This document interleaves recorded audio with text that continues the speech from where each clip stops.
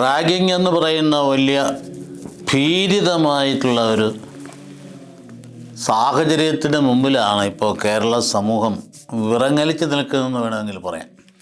അത് ഇന്നും ഇന്നലെ ഒന്നും ഉണ്ടായതല്ലല്ലോ. പക്ഷേ അത് കൂടിക്കൂടി വരികയല്ലേ. സിദ്ധാർത്ഥൻ എന്ന് പറയുന്ന ഏറ്റവും പ്രിയപ്പെട്ട ഒരു കൊച്ചനെ ഹോസ്റ്റലിൽ നിന്ന് വീട്ടിലേക്ക് പോയ വഴിക്ക് വീണ്ടും അവനെ തിരിച്ച് വിളിച്ച് കൊണ്ടുവന്നതിന് ശേഷം സ്വന്തം കൂട്ടുകാരാണെന്ന് ഓർക്കണം. വീട്ടിൽ വന്ന് സൽക്കാരം സ്വീകരിച്ചുള്ള സ്വന്തം കൂട്ടുകാരാണ്.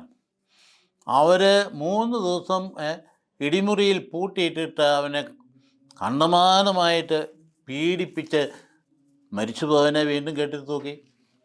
അതിനകത്തൊരു വനിതയും ഉണ്ടായിരുന്നാണ് പറയും. അപ്പം നമ്മുടെ ഈ ഇളം തലമുറ എങ്ങോട്ട് പോകുന്നു എന്നത് ഇതൊക്കെ ചൂണ്ടുപലകൾ എന്ന് മാത്രമല്ല, നമ്മുടെ മുമ്പിൽ പേടിപ്പെടുത്തുന്ന അടയാളങ്ങളായിട്ട് നാം കാണേണ്ടതുണ്ട്. ഈ തൊട്ടടുത്ത് കാര്യവട്ടം നമ്മുടെ ഗവൺമെൻറ് കോളേജിലാണെങ്കിൽ 2 ഒന്നാം വർഷ വിദ്യാർത്ഥികളെ കഠിനമായിട്ട് പീഡിപ്പിച്ചതിന് മേൽ പാർസലായിരിക്കും 70 പേര്. അപ്പോഴാണ് നമുക്ക് കോട്ടയം നേഴ്സിംഗ് കോളേജ് എന്ന് പറഞ്ഞാൽ, ഞാൻ സംസാരിക്കുന്നതിന് ഇവിടെ നിന്ന് 3 കിലോമീറ്റർ അപ്പുറയാണ് കോട്ടയം ഗവൺമെൻറ് നേഴ്സിംഗ് കോളേജ് എന്ന് പറയും. 5 പേരെ അറസ്റ്റ് ചെയ്തു. ഇപ്പം എല്ലാവർക്കും വളരെ കൃത്യമായിട്ട് പടങ്ങൾ കണ്ടുകൊണ്ട് മനസ്സിലാക്കിക്കൊണ്ടിരിക്കുകയാണ്. എന്നിട്ടിപ്പോൾ എന്താ സംഭവിച്ചുകൊണ്ടിരിക്കും. എന്നിട്ട് ആ കേസ് അട്ടിമറിക്കാനുള്ള ശ്രമം നടന്നുകൊണ്ടിരിക്കും. ഭയങ്കരമായ ക്രൂരമായ പ്രവർത്തനങ്ങളായ 1-ാം ക്ലാസ് അല്ലെങ്കിൽ 1-ാം വർഷ വിദ്യാർത്ഥികളെ അവർ വീക്കെൻഡിൽ ശനിയാഴ്ച 800 രൂപ വെച്ച് കൊടുക്കണമത്രേ മദ്യപിക്കാൻ. കൊടുത്തില്ല എങ്കിൽ അവൻ്റെ തൊലി ഉരിഞ്ഞ് ബ്ലേഡ് കൊണ്ട് വരഞ്ഞ് കഠിനമായിട്ട് പീഡിപ്പിക്കുന്ന സംഭവം അറിയാതെ പുറത്ത് വന്നപ്പോഴേ എന്തൊരു ഞെട്ടലാണ് ഉണ്ടാക്കി വെച്ചിരിക്കുന്നത്. ഇതൊക്കെ ഭരണകൂട അനുകൂലി പ്രസ്ഥാനങ്ങളുടെ ഭാരവാഹികളാണെന്നും കൂടി കേൾക്കുമ്പോഴാണ് നമുക്ക് ഈ രാഷ്ട്രീയ പിൻബലമുള്ള ഈ സാഹചര്യങ്ങളിൽ ഇതുപോലുള്ള തിന്മകൾ പടർന്ന് പന്തലിക്കുന്നതിൻ്റെ പിൻബല രഹസ്യം നമുക്ക് മനസ്സിലാവുക. രാഷ്ട്രീയക്കാരെ ആത്മാർത്ഥമായിട്ട് ചോദിക്കണം, നിങ്ങളുടെ മക്കൾക്കാണ് വരുന്നതെങ്കിലോ, നിങ്ങളുടെ മക്കളാണ് ഈ പിടിയിൽ ചെന്ന് പെടുന്നതെങ്കിലോ, നിങ്ങൾക്ക് ഏതെങ്കിലും തരത്തിൽ ലാഭം ഉണ്ടാക്കാൻ വേണ്ടി ഇത്തരത്തിലുള്ള കുട്ടികളെ വിനിയോഗിച്ചിട്ട് അവർ ഇപ്രാവശ്യം കാണിക്കുന്ന കോപ്രായങ്ങൾക്കൊക്കെ നിങ്ങൾ ചൂട്ടുപിടിക്കാൻ നിന്നാൽ, അതും ഇപ്പോൾ കേസ് അട്ടിമറിക്കാൻ ശ്രമിക്കാമെന്നല്ലേ പറയുന്നത്. നേരാണോ ഇല്ലെന്ന് അറിയാൻ പാടില്ല. എന്തായാലും ശരി, സപ്പോർട്ട് ചെയ്ത് നിൽക്കുന്ന ആരാ? പോലീസ് സപ്പോർട്ട് ചെയ്യുന്ന പ്രതികളാണ്. ആ പ്രതികളെയാണ് ഓർക്കാൻ. സിദ്ധാർത്ഥൻ മരിച്ചിട്ട് 1 വർഷമാവുക. അപ്പോൾ ഇത് വളരെ ഗൗരവമായിട്ടെടുക്കേണ്ട ഒരു കാര്യമാണ്. ജീവൻ്റെ കാവൽക്കാരായിരിക്കേണ്ടവരാണ് ഈ പറയുന്ന പിള്ളേരും എന്ന് പറഞ്ഞാൽ ഒരു നേഴ്സിംഗ് പഠിച്ചുകൊണ്ടിരിക്കുന്ന കുട്ടികളാണ്. അതുകൊണ്ട് ഇത് നമുക്ക് കാണാൻ പോകുന്ന പൂർവ്വമല്ലേ. താമസിച്ചാൽ തന്നെ ഇവരെ വീണ്ടും തല ഉയർത്തി പിടിച്ച് പഠിക്കാൻ എത്തുമെന്നാണ് എനിക്ക് തോന്നുന്നത്. കാരണം അത്തരത്തിലാണ് അവർ പിമ്പിലുള്ള ബാക്ക്ഗ്രൗണ്ടും സ്വാധീനവും. ഇത് ക്യാമ്പസിൽ തന്നെ വരും, ഒരു കൂസലുമില്ലാതെ. അപ്പോൾ അതുകൊണ്ട് ഇവിടെ പ്രശ്നം എവിടെയാണ് കിടക്കുന്നതിനെക്കുറിച്ച് നമ്മൾ ശരിക്കും ധരിക്കേണ്ടതാണ്. പൊതുജനം മനസ്സിലാക്കണം, ഈ രാഷ്ട്രീയ പ്രസ്ഥാനങ്ങളാണ് ഇതിൻ്റെ എല്ലാം പിമ്പിൽ നിൽക്കുന്നതെന്നുള്ളത്. അതുപോലെ തന്നെ ജയിലിൽ നിന്നിറങ്ങുന്ന ക്രിമിനലുകളെ പൂമാലയിട്ട് സ്വീകരിക്കുന്ന ഒരു സംസ്കാരം ഇത് എന്ന് തുടങ്ങിയതാണ് ഇവിടെ ഈ കേരളത്തിലെ. എന്നിട്ട് അവരെ പ്രത്യേകമായിട്ട് ആഘോഷമായിട്ട് കൊണ്ടു നടക്കാനും, അല്ലെ അവിടെ ചെന്ന് പണ്ട് പോലീസ് സ്റ്റേഷനും വരെ ധിക്കാരപൂർവ്വം കയറി ചെന്നിട്ട് പ്രതികളെ ഇറക്കിക്കൊണ്ടുപോയ കേസുകളൊക്കെ ഉണ്ടായിട്ടുണ്ട് ഇവിടെ. അതിൻ്റെയൊക്കെ പിൻപിലെ മയക്കുമരുന്ന് വിപണി അങ്ങ് വ്യാപിച്ചു കഴിഞ്ഞപ്പോഴത്തേക്കും നമുക്ക് വഴിയെ നടക്കാൻ ഭയമില്ലേ സഹോദരങ്ങളെ? പേടിയില്ലേ?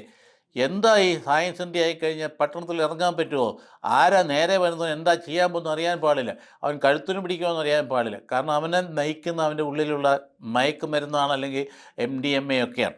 അപ്പോൾ അതുകൊണ്ട് ഇത് കുട്ടികൾ ഇതിൻ്റെയൊക്കെ വിതരണക്കാരായിട്ട് മാറുന്ന ഒരു സാഹചര്യം ഉണ്ടാകുമ്പോൾ ഇത് ക്രിമിനലുകൾ തല ഉയർത്തി സമൂഹത്തിൽ കൂടെ നടക്കുന്നത് അത് ജീവനെ അപഹരിക്കുന്ന കാര്യമാണ് എന്ന് ഉത്തരവാദിത്തപ്പെട്ടവർ മനസ്സിലാക്കേണ്ടതാണ്. അപ്പോൾ എന്തുകൊണ്ടാണ് ഈ കുട്ടികൾ ഇങ്ങനെ തെരുവിൽ വെച്ച് അടിയുണ്ടാക്കുന്നത്? തെരുവിൽ വെച്ച് കുട്ടികൾ അടിയില്ല, കേസിലെ ഒരു വാർത്ത, തെരുവിൽ വെച്ച് കുട്ടികൾ പരസ്പരം അടിക്കുന്നു. ബസ്സേ പോകുന്ന അവസരത്തിൽ കൂട്ടുകാരനുണ്ട് കുത്തുന്നു. എന്താ ലബോറട്ടറി ഉപയോഗിക്കുന്ന ഈ കോമ്പൗണ്ടായിട്ടുള്ള കത്തി വെച്ചുകൊണ്ട് കുത്തുന്നു. എവിടെ ഗുരുശിഷ്യ ബന്ധമെന്ന് പറയുന്നത്? പ്രിൻസിപ്പൽ മൊബൈലിനെടുത്ത് മാറ്റി വെച്ചതിൻ്റെ പേരിൽ താൻ പുറത്തോട്ട് വാ, തന്നെ ഞാൻ കൊന്നു കളയുന്നു, ഭീഷണിപ്പെടും. ഇതൊക്കെ നമുക്ക് ഇത് വെറുതെ അങ്ങ് കണ്ണടച്ച് വിട്ടാൽ മതിയോ എന്നാണ് എൻ്റെ ചോദ്യം. ഉത്തരവാദിത്തപ്പെട്ടവരോടാണ് ചോദിക്കുന്നത്. ഇതങ്ങനെ കണ്ണടച്ച് വിട്ടാൽ മതിയോ? സത്യം പറഞ്ഞ് നമ്മുടെ വിദ്യാഭ്യാസ പ്രസ്ഥാനത്തിന് തന്നെ വന്നു പറ്റുന്ന ഈ കളങ്കം അടിസ്ഥാനപരമായി നമ്മുടെ വിദ്യാഭ്യാസ ആ, രംഗത്ത് വന്നിരിക്കുന്ന ഒരു അധപ്പതനത്തെക്കുറിച്ച് ആത്മാർത്ഥമായിട്ട് ചുഴിഞ്ഞ് ചിന്തിക്കേണ്ട ഒരു കാലമാണ്. മാർക്ക് മുഴുവൻ സൗജന്യമല്ലേ, ഒന്നും പഠിക്കണ്ടല്ലോ. അതായത് 18 മാർക്ക് ജയിക്കാൻ വേണമെങ്കിൽ 10 മാർക്ക് പോലും വേണ്ട, 8 മാർക്ക് കിട്ടിയാൽ ജയിച്ചു. അപ്പോൾ ആർക്കും ജയിച്ചു പോകാം. ഇങ്ങനെ വിദ്യാഭ്യാസ രംഗത്ത് അതുകൊണ്ടല്ലേ ഉന്നത ദേശീയ തലത്തിൽ വരുമ്പോൾ നമ്മുടെ നിലവാരം ആകെ പിറകില, സാക്ഷരതയുടെ മുമ്പിലാണെന്നല്ലേ പറയുന്നത്. 99% 7 പോയിന്റിലൊക്കെ നമ്മൾ വലിയ വിജയ ശതമാനം എടുത്ത് കാണിച്ചിട്ട് പൊങ്ങച്ചം കാണിക്കുന്നിടത്ത് സംഭവിക്കുന്നത് എന്താണ്? നമ്മൾ ഉന്നത ഉന്നത നിലവാരമുള്ള ദേശീയ നിലവാരമുള്ള പരീക്ഷയ്ക്ക് ചെല്ലുമ്പോൾ ആകെ പുറകോട്ടടിക്കുക. കണ്ടില്ലേ, മനോഹരമായി ഈ രംഗം കൈകാര്യം ചെയ്യാൻ കഴിവുള്ള ആളുകൾക്ക് ഉണ്ടായിരുന്നു. ഉദാഹരണം പറഞ്ഞൊരു ബിജു പ്രഭകാരൻ IAS എല്ലാവർക്കും അറിയാം, എനിക്ക് അടുത്തറിയാവുന്ന ഒരാളാണ്. അദ്ദേഹം ഈ വിദ്യാഭ്യാസത്തിൻ്റെ വകുപ്പിന് ഡയറക്ടറായിരുന്നപ്പോൾ അദ്ദേഹം തന്നെ ഒരു റിപ്പോർട്ട് നൽകിയതിൽ അദ്ദേഹം പറഞ്ഞ ഞാൻ ഒരു വാക്യം ഞാൻ കോട്ട് ചെയ്യാണ്: എത്ര റിപ്പയർ ചെയ്തിട്ടും സ്പെയർ പാർട്ടുകൾ മാറ്റിവെച്ചിട്ടും മികച്ച ഡ്രൈവർമാർ ഓടിച്ചിട്ടും ശരിയായ ദിശയിൽ വേഗത്തിൽ ചലിക്കാത്തൊരു ശകുടം പോലെയാണ് വിദ്യാഭ്യാസ സമ്പ്രദായം എന്ന് അദ്ദേഹത്തിന് റിപ്പോർട്ടിൽ വന്നു. താമസിച്ച് അദ്ദേഹത്തിന് കസേര തെറിച്ചു. ഇതല്ലേ ഇവിടെ നടക്കുന്ന കാര്യങ്ങൾ. പിന്നെ എങ്ങനെ മുമ്പോട്ട് പോകുന്നത്? ആ മനുഷ്യനാണെങ്കിൽ നമുക്ക് എല്ലാവർക്കും അറിയാം, യാതൊരു കറപ്ഷനും ഇല്ലാത്ത ഐഡിയലായിട്ടുള്ള ഒരു ഒന്നാന്തരം ഉദ്യോഗസ്ഥനാണ് അദ്ദേഹത്തെ. നമുക്കറിയാം, പഴയ ധനകാര്യമന്ത്രി തച്ചരി പ്രഭാകരൻ്റെ മകനാണ്. അപ്പം ഇങ്ങനെയുള്ള ആളുകൾക്ക് ഉണ്ടായിട്ട് അവരെ ഒന്ന് പ്രവർത്തിക്കാൻ പോലും അനുവദിക്കാൻ പറ്റാത്ത സാഹചര്യം. അങ്ങനെയാണെങ്കിൽ 18 വയസ്സ് കഴിയുമ്പോൾ പിന്നെ എന്തിന് 500 കോടി രൂപയാണ് ഒരു മാസം ശമ്പളമായിട്ട് ഈ വകുപ്പിന് കൊടുക്കുന്നത്? അതങ്ങ് വേണ്ടെന്ന് വെക്കാമല്ലോ. എന്തിനാ 18 വയസ്സ് തികഞ്ഞ് കഴിയുമ്പം തന്നെ വോട്ടവകാശത്തിൻ്റെ കൂടെ +2 സർട്ടിഫിക്കറ്റും കൂടെ അങ്ങ് ഫ്രീ ആയിട്ട് കൊടുത്താൽ പോരെ? പിന്നെ എന്തിനാ ഈ പെടാപ്പാട് പെടുന്നത്? ഈ തരത്തിലുള്ള ക്രിമിനലുകളെ വളർത്തിയെടുക്കാൻ വേണ്ടിയിട്ടാണോ? അപ്പോൾ 95%, അത് 95% A+ ഉള്ളവരാണ് JEE പരീക്ഷയിൽ അല്ലെങ്കിൽ പോട്ടെ നീറ്റ് പരീക്ഷയിൽ ഒക്കെ ചെന്ന് പരാജയപ്പെടുന്നത്. അത് മനസ്സിലാക്കേണ്ട ഒരു കാര്യമാണ്. ഇൻറ്റേർണൽ മാർക്കൊക്കെ 45% കൊടുക്കാൻ പറഞ്ഞിരിക്കുന്നത്. അപ്പോൾ ഇപ്പം ഞങ്ങളുടെ എൻട്രൻസ് എക്സാമിനേഷനിൽ എന്നിട്ടും 0.4 കയറി വന്നിരിക്കുന്ന ശതമാനം. അപ്പോൾ അതുകൊണ്ട് മാറ്റിയെടുക്കാൻ വേണ്ടി ഇപ്പോൾ എൻട്രൻസ് പരീക്ഷയെ വേണ്ട, അപ്പോൾ അങ്ങനെയുള്ള ഈ മിനിമം മാർക്കും വേണ്ട എന്ന നിലയിലേക്ക് കൊണ്ടുവന്ന് വെച്ചിട്ടില്ലേ. ഒരു ഇംഗ്ലീഷ് വാചകം ചൊവ്വിനെ പറയാൻ അറിയാൻ പാടാത്ത രീതിയിൽ നമ്മളുടെ പോസ്റ്റ് ഗ്രാജുവേഷനൊക്കെ വന്ന് ഭവിച്ചിരിക്കുന്ന അധപ്പതനം പറയുന്നത് നമ്മുടെ വിദ്യാഭ്യാസ രംഗത്തിൻ്റെ നിലവാരം എവിടെ പോയി നിൽക്കുന്നു? അപ്പോൾ എവിടെ ഗവേഷണം നടക്കേണ്ട രംഗമല്ല ഇത്. എവിടെയാണ് ഗവേഷണത്വര? തിയറിക്ക് 5% പോലും മാർക്ക് മേടിക്കാൻ കഴിയാത്ത രീതിയിലേക്കാണ് ഈ കുട്ടികളെ കൊണ്ടു നടക്കുന്നതെങ്കിൽ ബാക്കിയെല്ലാം അങ്ങോട്ട് സംഭാവന ചെയ്തില്ലേ? പരീക്ഷയ്ക്ക് മാർക്ക് ഫ്രീ ആയിട്ട് കൊടുത്തേക്കല്ലേ. അപ്പോൾ CBSEക്കാണെങ്കിൽ 55.8% IIT അഡ്മിഷൻ കിട്ടുമ്പോൾ ഇവിടെ പൊതുവിദ്യാഭ്യാസം വരുന്നത് 0.42%. 1% പോലുമില്ല. ഇത്ര കൊട്ടിഘോഷിക്കുന്ന വിദ്യാഭ്യാസ രംഗത്ത് 1% പോലും ഈ IIT പോലെയുള്ള സ്ഥാപനങ്ങളിലേക്ക് അഡ്മിഷൻ കിട്ടുന്നില്ല എന്ന കാര്യം അത് 2014 ഗോരഖ്പൂരിലെ IIT പ്രസിദ്ധീകരിച്ച ഒരു പഠന റിപ്പോർട്ട് കാണാനിടയായി. കേരള ഹയർ സെക്കൻഡറിയിൽ നിന്ന് അഡ്മിഷൻ കിട്ടിയത് 0.42%. പശ്ചിമ ബംഗാളിന് പോലും അതിന് 3 ഇരട്ടിയുണ്ട്, 1.09 ഉണ്ട് എന്ന് പറഞ്ഞാൽ അത്രയധികമായിട്ട് നമ്മൾ പോയി. എന്നിട്ട് ഈ ഓൾ പാസ് എന്ന് പറയുന്ന സംഗതി ഇതെന്തൊരു കഷ്ടമാണെന്ന് ആലോചിച്ച് നോക്കിയേ. ഓൾ പാസ് എന്ന് പറഞ്ഞാൽ ഒരു കാലത്തെ 10ാം ക്ലാസ് പാസ്സാകുക എന്ന് പറഞ്ഞാൽ എത്ര ഗൗരവമായ സ്റ്റാൻഡേർഡുള്ള കാര്യമായിരുന്നു. അതുതന്നെയല്ല അവിടെ ഒരു ഫസ്റ്റ് ക്ലാസ് കിട്ടുക എന്ന് പറഞ്ഞാൽ എന്തൊരു ഗൗരവം. ഞങ്ങളുടെയൊക്കെ ചെറുപ്പകാലത്തിൽ എങ്ങനെ 10ൽ ചെന്ന് ഫസ്റ്റ് ക്ലാസ് കിട്ടുക എന്ന് പറഞ്ഞാൽ അതിനേക്കാൾ വലിയ അത് മികവ് കാണിക്കുന്ന ഒരിടപാടായിരുന്നില്ലേ. അപ്പോൾ ഇത് വാസ്തവത്തിൽ ഒരിക്കലും നമ്മളുടെ കേരള യൂണിവേഴ്സിറ്റിയുടെ ചാൻസലറായിരുന്നു, vice chancellor doctor Jayakrishnan sir ഒരിക്കൽ പറയുകയുണ്ടായി, അതായത് തലമുറയെ വഞ്ചിക്കുന്ന പരിപാടിയാണ് ഈ ഓൾ പാസ് പരിപാടിയും. ഇദ്ദേഹം തന്നെ മണ്ടനൊന്നും അല്ലല്ലോ, തലമുറയെ വഞ്ചിക്കുന്ന പരിപാടിയാണ്. ഇവർക്ക് ആർക്കൊന്നും ചെയ്യാൻ പറ്റിയില്ലെന്നുള്ളത് ഈ പൊളിറ്റിക്സ് ഇൻവോൾവ്മെൻറ്റ് കൊണ്ട്. MA BB 2006 കൊണ്ടുവന്ന ഈ ഇടപാട് 2006 നേരെ അങ്ങോട്ട് 25%, 60% നിന്ന് 80% പെട്ടെന്ന് ഉയർത്തി വിജയ ശതമാനം. ആലോചിച്ച് നോക്കിയേ. അപ്പോൾ പൊതുജനസമക്ഷത്തിൽ 85% വിജയിച്ചു എന്ന് പറഞ്ഞാൽ അവിടെ നിന്ന് അങ്ങോട്ട് പടിപടിയായി പോയിട്ട് പിന്നീട് 99.7% വരെ പോയി നിന്നും ഇങ്ങനെ അങ്ങ് ജയിപ്പിച്ച് വിട്ടിട്ട് എന്ത് പ്രയോജനം? അപ്പോൾ അതുകൊണ്ട് ഇവിടെ വളരെ ഗൗരവമായിട്ട് എടുക്കേണ്ട ഒരു സംഗതിയാണ്. അതായത് 15 മാർക്കിൽ 10 മാർക്കും അങ്ങോട്ട് കൊടുത്തേക്ക്. 5 മാർക്ക് കിട്ടിയാൽ പിന്നെ കുട്ടി ജയിച്ചു കഴിഞ്ഞിരിക്കണം. രജിസ്റ്റർ നമ്പറിൽ പേര് അല്ലെങ്കിൽ ക്വസ്റ്റ്യൻ പേപ്പറിൻ്റെ നമ്പർ ഇട്ടാൽ തന്നെ 2 മാർക്കായി.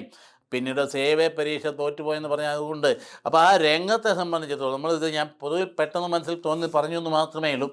ഈ രംഗത്തെ ശരിയായിട്ടുള്ള ഒരു നവീകരണം ഉണ്ടാകാൻ വേണ്ടി, അത് പൊളിച്ചെഴുത്തുണ്ടാകാൻ വേണ്ടിയിട്ട് ആത്മാർത്ഥമായിട്ട് ഉത്തരവാദിത്തപ്പെട്ടവർ ശ്രദ്ധിക്കേണ്ടതാണ്. ഇത് പറഞ്ഞു വരാൻ കാരണം എന്താണ്? ഈ കാണുന്ന തരത്തിലുള്ള റാഗിങ് പോലുള്ള ക്രൂരകൃത്യങ്ങൾ പിന്തിരിയാനുള്ള പ്രധാനപ്പെട്ട കാരണം യോഗ്യതയില്ലാത്ത രീതിയിലുള്ള പ്രമോഷൻ കടത്തി അതിലൂടെ കടന്നു വന്ന വിദ്യാർത്ഥികളാണ്. അതല്ലേ പ്രധാനപ്പെട്ട കാരണം. ഞാൻ പറയുമ്പോൾ പല ആൾക്കും വിഷമം ഉണ്ടാകാൻ സാധ്യതയുണ്ട്. വിഷമം ഉണ്ടായാലും വേണ്ടില്ല, ഉള്ള കാര്യം പറയുക. മികവില്ലാത്ത രീതിയിൽ, പഠനത്തിൽ മികവില്ലാത്ത രീതിയിൽ, ഒരു യോഗ്യതയുമില്ലാത്ത രീതിയിൽ കടന്നു വന്നിട്ട് റിസർവേഷനിലോ അല്ലെങ്കിൽ മറ്റേതെങ്കിലും തരത്തിലോ ഒക്കെ അഡ്മിഷൻ പ്രവേശിച്ച് ആരാ ഈ നേഴ്സിംഗ് സ്കൂളിലെ വിദ്യാർത്ഥികളെ ഭാവി ജീവനെ സംരക്ഷിക്കേണ്ട ആൾക്കാരാണ്. അതായത് വിദ്യാഭ്യാസ രംഗം എന്ന് പറയുന്നത് നല്ല പൗരന്മാരെ സൃഷ്ടിക്കേണ്ട രംഗമാണ്. അത് പൗരന്മാരെ സൃഷ്ടിക്കുന്നതിന് വേണ്ടി എന്ത് ചെയ്തുകൊണ്ടിരിക്കുന്നു? എല്ലാവരുടെയും പ്രീതിപ്പെടുത്താൻ വേണ്ടിയിട്ട് അവർക്ക് അഡ്മിഷൻ കൊടുത്ത്, ഇവർക്ക് അഡ്മിഷൻ കൊടുത്ത് ഇത്ര ശതമാനം വിജയം ഉണ്ടായെന്ന് പറഞ്ഞ് മാത്രം മതിയോ? ഈ നടന്നുകൊണ്ടിരിക്കുന്ന കാര്യങ്ങൾ എന്താ? ഓരോ സംഭവം നടന്നു കഴിയുമ്പോഴത്തേക്കും നമ്മളത് പെട്ടെന്ന് അത് കഴിഞ്ഞു, പെട്ടെന്ന് ഞെട്ടി 2 ദിവസം കഴിയുമ്പോൾ ഞെട്ടൽ പോയി, പിന്നീട് അടുത്ത സംഭവം വരുമ്പോൾ വീണ്ടും ഞെട്ടും. ഇത്തരത്തിൽ പോവുകയാണോ ഇളം തലമുറയെ സംബന്ധിച്ചിടത്തോളം? തന്നെയല്ല ഇവരുടെ പോക്ക് എങ്ങോട്ടാ? ഇത് ഭയങ്കരമായ രീതിയിൽ നശിച്ചുകൊണ്ടിരിക്കുകയല്ലേ. അവസാനം ഈ പറയുന്ന മദ്യത്തിൻ്റെയും മയക്കുമരുന്നിൻ്റെയൊക്കെ കഴിയിൽ ചെറു പെട്ട് കഴിഞ്ഞാൽ എന്താ സംഭവിക്കുന്നത്? ഞാൻ സൂചിപ്പിച്ചതുപോലെ ഈ നേഴ്സിംഗ് കോളേജിൻ്റെ ഈ കാര്യത്തിലേക്ക് പിൻപിൽ കിടക്കുന്ന മുഴുവൻ മയക്കുമരുന്നുകൾ അപ്പം തൊട്ടടുത്ത് നിൽക്കുന്നതുകൊണ്ടാണ് ഞാൻ പറഞ്ഞു വരുന്നത്. ഈ പ്രദേശം മുഴുവൻ ഈ MDMA ഒഴുക്കാണ്. മയക്കുമരുന്നും ഭയങ്കരമായിട്ട് കയറി അടിച്ചിരിക്കുക കുട്ടികൾ വിതരണക്കാരാണ്. അപ്പോൾ ആരെ ഇതിനകത്ത് രക്ഷപ്പെടുത്താൻ സാധിക്കും? ഇപ്പം ക്രിമിനലുകൾ തലയുയർത്തി നടക്കുന്ന ഒരു സാഹചര്യം ഉണ്ടാക്കിയിട്ടും സത്യം പറഞ്ഞാൽ എന്താണ് വാസ്തവത്തിൽ കുട്ടികൾക്ക് ഗുരുശിഷ്യന്മാരുള്ള ബന്ധം എവിടെയായിരിക്കുന്നത് ഇപ്പോൾ? അപ്പോൾ അതുകൊണ്ട് ഇത് സമൂലമായിട്ട് പരിവർത്തന വിധേയമാക്കേണ്ടതിൻ്റെ ഉത്തരവാദിത്തപ്പെട്ടവർക്കുണ്ട് എന്നുള്ള കാര്യം മാതാപിതാക്കൾ കൂടി മനസ്സിലാക്കേണ്ടതാണ്. നിങ്ങൾ കുട്ടികളെ എന്താ അണിയിച്ചൊരുക്കി സ്കൂളിലേക്ക് വിടുന്നത്? നന്മ കിട്ടാൻ വേണ്ടിയിട്ടല്ലേ? കുഞ്ഞുങ്ങൾ വളരാൻ വേണ്ടിയിട്ടല്ലേ? വളർന്ന് ജോലിയിൽ പ്രവേശിക്കാൻ വേണ്ടിയിട്ടല്ലേ? അവരിവിടെ വന്ന് ഇതിനകത്ത് ചാടിയിട്ട് ചെന്ന് വന്ന് ഭവിക്കുന്നത് എന്തൊക്കെയാണെന്ന് മാതാപിതാക്കൾ അന്വേഷിക്കുന്നുണ്ടോ? കാര്യം പേരൻറ്റ് ടീച്ചേഴ്സൊക്കെ വളരെ ഗൗരവമായിട്ട് പറയുന്നുണ്ട്. അസോസിയേഷനൊക്കെ എല്ലായിടത്തും ഉണ്ടെന്നൊക്കെ പറയുന്നുണ്ട്. പക്ഷേ എന്ത് മാറ്റമാണ് ഈ രംഗത്ത് വരുത്തിക്കൊണ്ടിരിക്കുന്നത്? ഗൗരവമായിട്ട് ചിന്തിക്കേണ്ട. എൻ്റെ വാക്കുകൾ ഞാൻ അവസാനിപ്പിക്കുക. അതായത് ഒരു കാര്യം കൂടി പറഞ്ഞുകൊണ്ട്, അതായത് ഇതിനകത്ത് ഉത്തരവാദിത്വത്തോടെ ആ ഗവൺമെൻറ് സർക്കാർ പോകണമെന്നുണ്ടെങ്കിൽ ജനം ഉണരണം. ജനം ഉണരണം.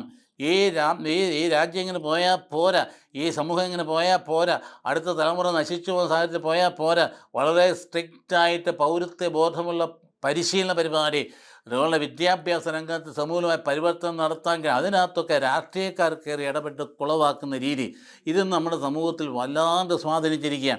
എവിടെ ചെന്നാലും ഒന്നും ചെയ്യാൻ പറ്റാത്ത നല്ല മനുഷ്യർ കയറി വരുന്നുണ്ട് ഈ സ്ഥലത്തൊക്കെ. ഒന്നും അവർ തന്നെ വ്യക്തമായിട്ട് പറയുന്നുണ്ട്, ഒന്നും ചെയ്യാൻ സമ്മതിക്കത്തില്ല രാഷ്ട്രീയക്കാർ. ഒരടി മുമ്പോട്ട് വയ്ക്കാൻ പറ്റിയില്ല. ആ രാഷ്ട്രീയക്കാരുടെ തിമിരം ബാധിച്ച വിദ്യാഭ്യാസ രംഗത്തെ ശുദ്ധീകരിച്ചെടുക്കാൻ വേണ്ടി ബന്ധപ്പെട്ടയാൾ ഉത്തരവാദിത്വപൂർണ്ണമായിട്ട് പെരുമാറണമേ എന്ന് ആത്മാർത്ഥമായിട്ട് അപേക്ഷിക്കുക. അടുത്ത തലമുറയെ കണ്ടുകൊണ്ട് പറയുന്നത് എങ്ങനെ ഒരുക്കി നമ്മൾ വീട്ടിലെന്ത് കാര്യമായിട്ട് കൊച്ചിനെ വളർത്തിക്കൊണ്ട് വന്നിട്ട് വെൽ ഡ്രസ്ഡായിട്ട് യൂണിഫോം ധരിപ്പിച്ച് ഭക്ഷണവും കൊടുത്ത് ഒക്കെ പറഞ്ഞ് വിട്ട് പള്ളിക്കത്തേക്ക് ചെന്ന് കഴിയുമ്പോൾ അന്തരീക്ഷമാകെ മാറിയില്ലേ? തിരിച്ചു വരുന്നതോ റിബലായിട്ട് തിരിച്ചു വരിക. അവസാനം മാതാപിതാക്കളും കൂടി റിബലായി സമൂഹത്തെ നമ്മൾ നശിപ്പിക്കത്തക്ക രീതിയിൽ തിരിച്ചു വരുന്ന ഗർഭിണിയുമായ ദുരവസ്ഥയിൽ നിന്ന് ഈ സംസ്ഥാനത്തെ രക്ഷപ്പെടുത്താൻ ആർക്കെങ്കിലും താല്പര്യം ഉണ്ടാകേണ്ടതല്ലേ? പൊതുജനത്തിൻ്റെ താല്പര്യം വരേണ്ടത്. അതിനനുസരിച്ച് മാറ്റം വരുത്താൻ ഉള്ള സാഹചര്യം ഉളവാകട്ടെ എന്ന് ആത്മാർത്ഥമായിട്ട് ആശംസിക്കുകയാണ്. അതിനായിട്ട് ഒത്തുചേരാൻ കഴിയട്ടെ. അങ്ങനായിട്ട് ആളുകൾ ഒന്നുചേരട്ടെ, ശബ്ദമുയർത്തട്ടെ. എന്നിട്ട് ഇത്തരത്തിലുള്ള മാറ്റങ്ങൾ വരുത്താനായിട്ട് തയ്യാറാവട്ടെ. പഠിച്ചില്ലേ പാഠം? ഇങ്ങനെയുള്ള റാഗിങ് ഇനി തുടർന്ന് ഇപ്പം നടന്നുകൊണ്ടിരിക്കുന്നു. എത്രയാണ് റിപ്പോർട്ട് ചെയ്യപ്പെടാൻ പോകുന്നു? അതൊക്കെ മനസ്സിലാക്കിക്കൊണ്ട് നമ്മുടെ കുട്ടികളുടെ സംസ്കാരത്തെ മാറ്റിമറിക്കുന്ന ഡിസിപ്ലിൻഡ് ആയിട്ടുള്ള സംസ്കാരം ഉണ്ടാക്കിയെടുക്കാൻ നമുക്ക് പരമമായിട്ട് അധ്വാനിക്കാമെന്ന് മാത്രം ആശംസിക്കുന്നു. ദൈവം അനുഗ്രഹിക്കട്ടെ. Thank you very much.